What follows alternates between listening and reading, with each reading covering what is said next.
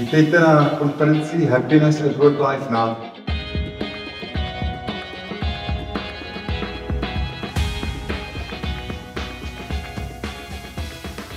Leadership srdcem. Luboš Malý to doplnil, že nejdřív musíme být člověkem a pak všechno ostatní.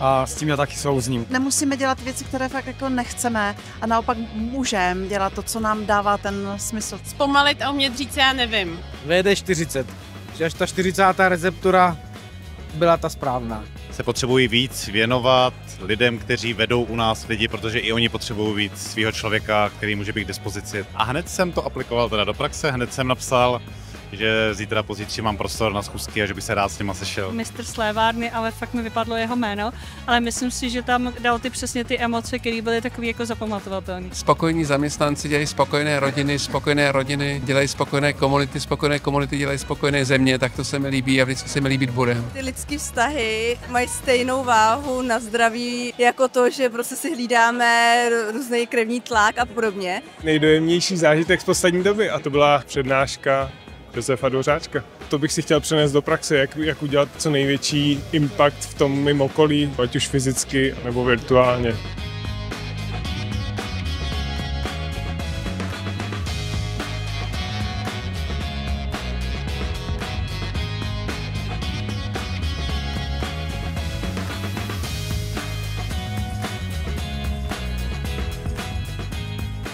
Mně se tady vždycky líbí, že jsou to reálné jako zkušenosti, příběhy z praxe, něco, co můžeme vzít a jako odnést si sebou. Podobnou cestou ideme, sa snažíme o to šťastie, práci, pohodu, dobré vzťahy medzi sebou, vytvoriť dobrú partiu, dobrý tím.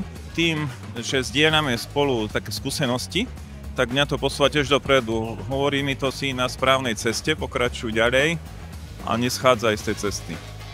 Jsou fajn mezi tím ty breaky na to uvolnění a tak je na dobrou náladu. Pozitivní vibe je skvělej. Kombinace toho, že jsou to jako přednášky a zároveň, že je možnost něco si zkusit. Překvapilo mě, že to je právě to dobré jídlo. Jsem tady poprvé, takže je fajn, že nemusím nikam odbíhat a všechno je na jednom místě. To je vždycky společnost takových jako podobně hodnotových lidí, často, který mám ráda. A dala jsem si čokoládu, takže jsem ultimátně šťastná samozřejmě.